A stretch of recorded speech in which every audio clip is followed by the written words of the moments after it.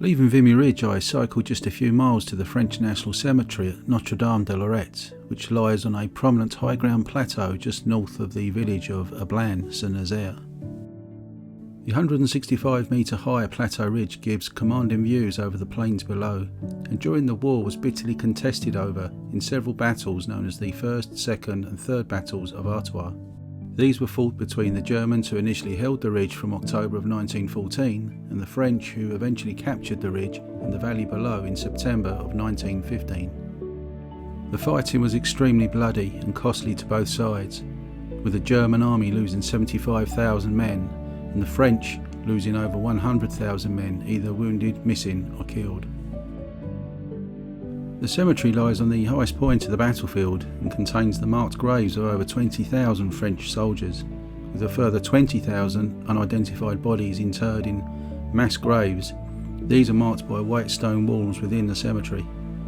The site is dominated by two monument buildings, the ornate basilica, which takes the role of the former chapel of Notre Dame de Lorette, which was destroyed in the war, and a 52 metre tall lantern tower. After the Second World War, France brought the ashes of many Holocaust victims and interred them below the tower. Notre Dame de Lorette is now a focus of commemoration and national pride to the people of France. With over 40,000 bodies, is the largest French cemetery in the world.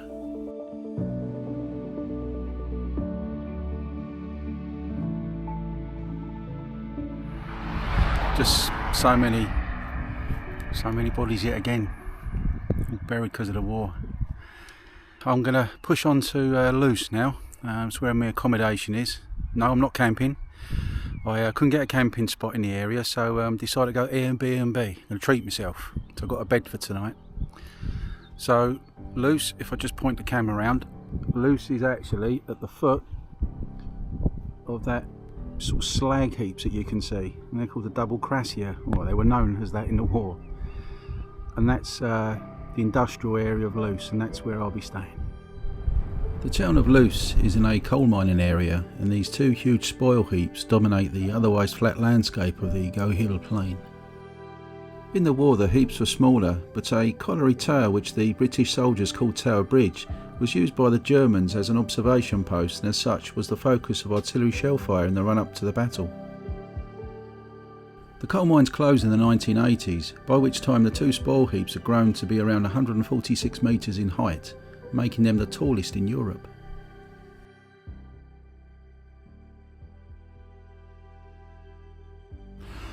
Good morning from a not so sunny Loos. Much better night last night. No ants, no cockerels, no tent to put up or take down, so I'm happy. Had a good night's sleep. So it's about 8:45 now, so I'm going to go and try and find somewhere to have breakfast, and we shall see. It is a Sunday, so I'm not too sure what the options are, but we'll see how we go.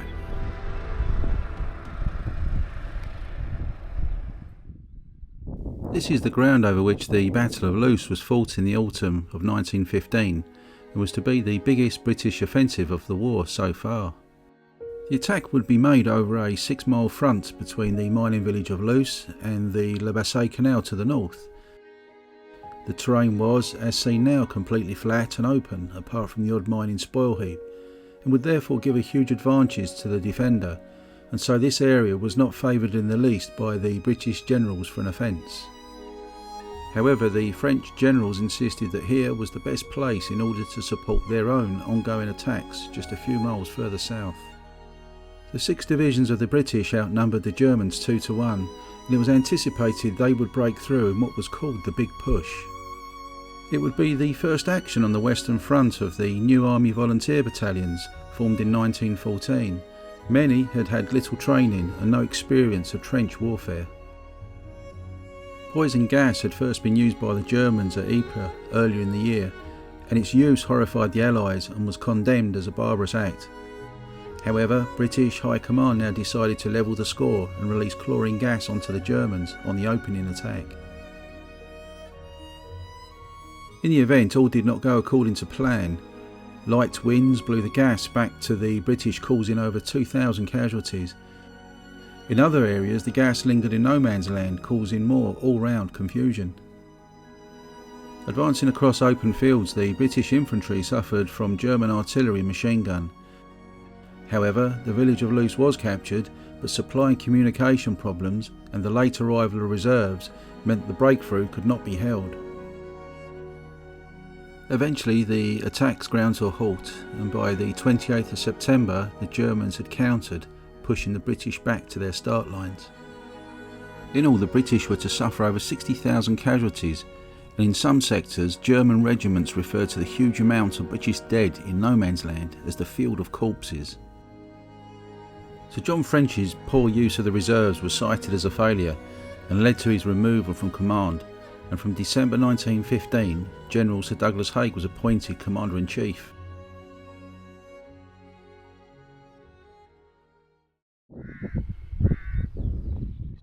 This cemetery lies in the heart of the Loos battlefield, with almost all of the graves being unidentified soldiers killed during the battle. And one of those is the final resting place of John Kipling, the son of the renowned author Rudyard Kipling. John was a young 18-year-old officer in the Irish Guards, and whilst leading his men forward he was severely wounded. Then, afterwards, with no trace of him being found, he was officially listed as wounded and missing, and for years his body lay unidentified.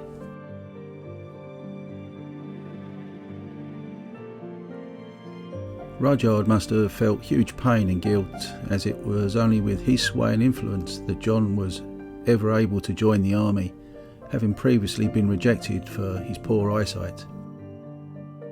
Working with the Imperial War Graves Commission, it was Rudyard Kipling who came up with the epitaph for the unidentified graves: a soldier of the Great War, known unto God. Shortly after the war, John's unidentified remains were found and buried here, with a headstone carrying those very words penned by his own father. Rudyard died in 1936 without ever knowing John's whereabouts. But years later, and after re-examination of the records, a clerical error was identified for the original burial reference, which meant that the remains of an unknown officer of the Irish Guards were indeed the remains of John Kipling.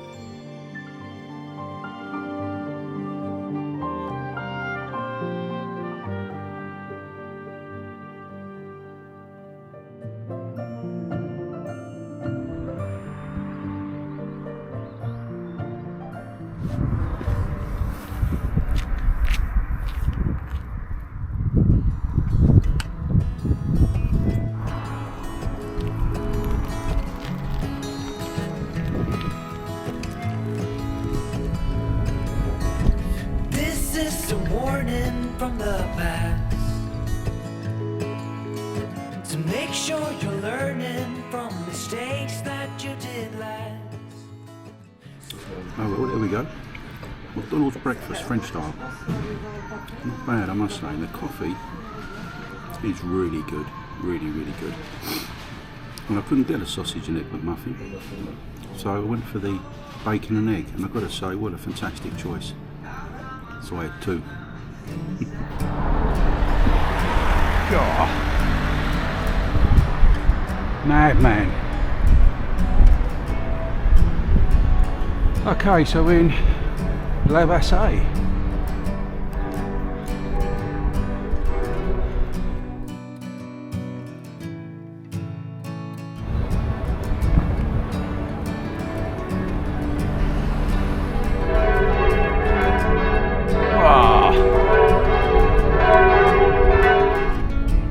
You know, it's not been 10 minutes since I had that McDonald's and I fancy another one now.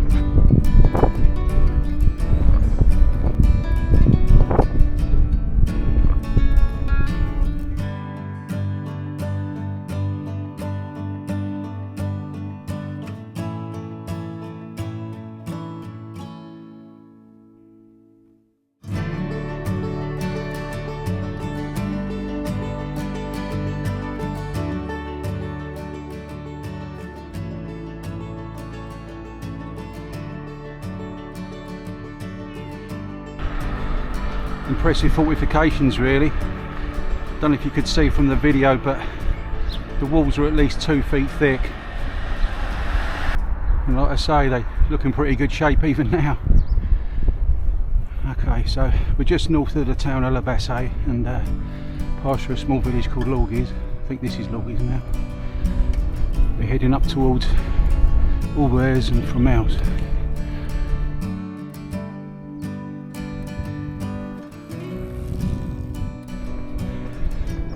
Yo. Wonder how that Adam's getting on.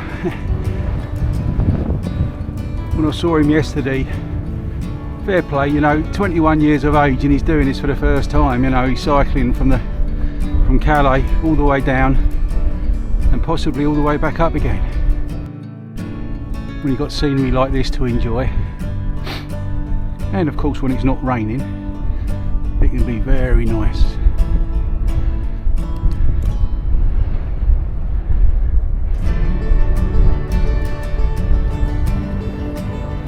Another German bunker straight ahead.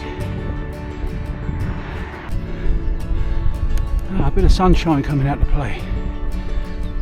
That's what you want, isn't it? More bunkers.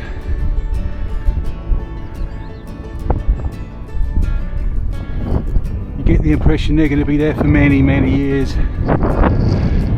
With too much hassle to clear them, I guess.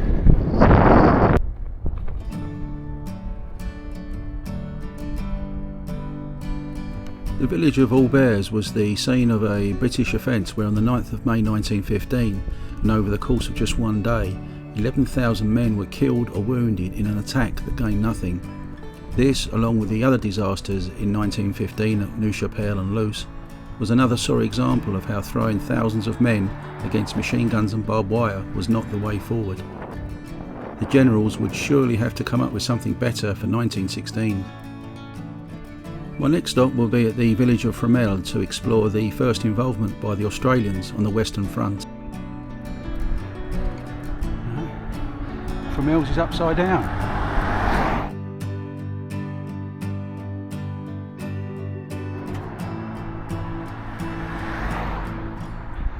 In March of 1916, Australian troops began to arrive in France for the first time. Many had served in the ill-fated campaign in Gallipoli the previous year, but it was the newly arrived and untested Australian 5th Division who, along with the British 61st, who were ordered to attack a strongly held German front line near the Fromelles Ridge just outside the small village of Fromelles. The attack on the 19th of July was intended as a feint to deter German reserves from moving south to the Somme area. At 5 p.m, the British and Australian soldiers left their trenches in broad daylight, and under direct and flanking heavy fire from the German strongpoints, huge numbers of men were cut down in the open. At the section where no man's land was just 100 yards wide, some gains were made and Australians made it to the German 2nd and 3rd line. However, the Germans with superior numbers had by the morning of the 20th either killed, pushed back or captured all the Australians. Between the British and Australian divisions, over 7,000 men had been killed, wounded or were missing. Not a single inch of ground had been gained that day. The action was a disastrous failure. But incredibly, it was completely played down by the military hierarchy, with newspapers at the time only reporting that Australians had taken part in a raid where some Germans were taken prisoner. With over 5,500 Australian casualties, it was and still is considered the worst day in Australian military history.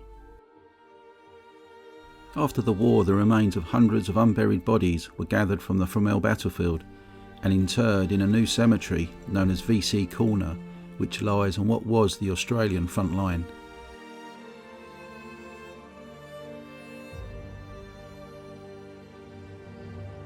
Here there are no headstones, only a stone wall inscribed with the names of almost 1,300 Australians with no known grave.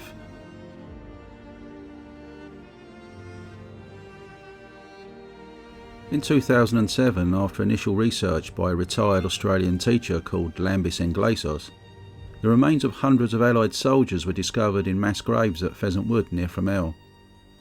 These were known to be buried by Germans after the battle, but the exact location was never fully recorded.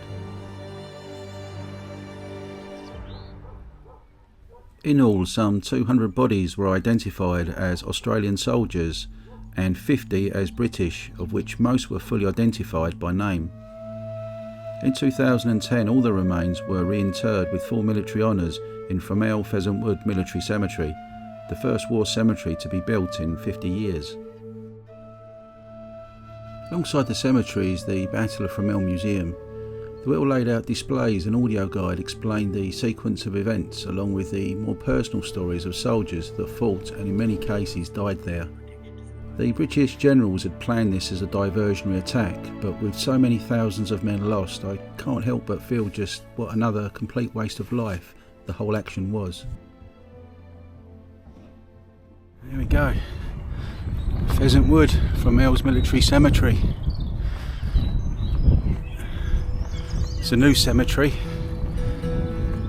It was built to rebury and commemorate the 250 men that were found locally buried in a mass grave from 1916. It tells their story. It tells the story of the Battle of Fromelles. You may have seen some of the video that I've caught that shows you how it came to be, and yeah, amazing really. The Aussies took a hell of a pasting here, you know. 5,500 men they lost. The British lost 1,500. The Germans lost high numbers as well.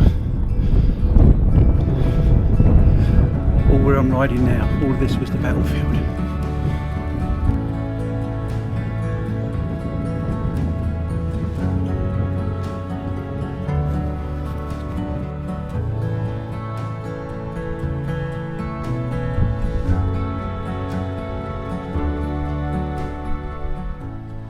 Quite some statue, that, isn't it? That's been captured with movement and everything. The Aussie cobber.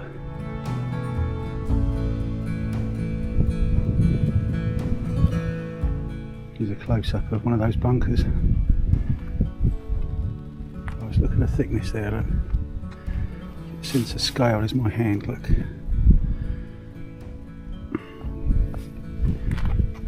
I have to say that was probably nearer 2.5 feet thick, that. Reinforced concrete. Apparently as the Battle of Fromelles petered out and the Australians were beaten back, because they did go over into German lines, but the German counter-offence pushed them back, and weight of numbers and all the rest of it, bit of hand-to-hand fight, and for over 5 hours the Aussies were just outplayed in the end through no fault of their own. Brave men that they were, many were left out there, and this statue represents, you know, men going back to bring their mates back. You know, it says a lot. Whatever they might have thought of the politics of war, they fought for each other, I'm sure, and they would have done anything for one another. Yeah, I like this memorial.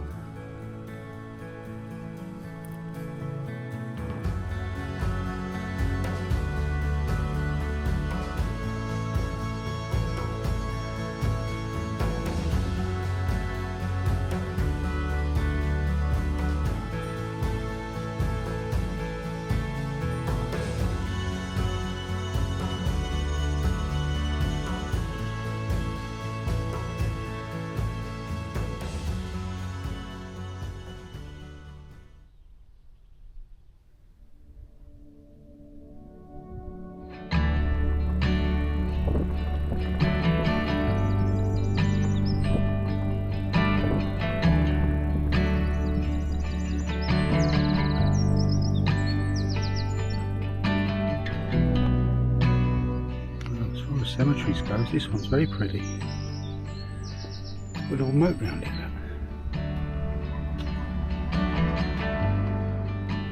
So this cemetery, called Notre Dame Post Cemetery. The information says that in October 1914, the British soldiers serving in this sector began burying their fallen comrades beside a regimental aid post and dressing station,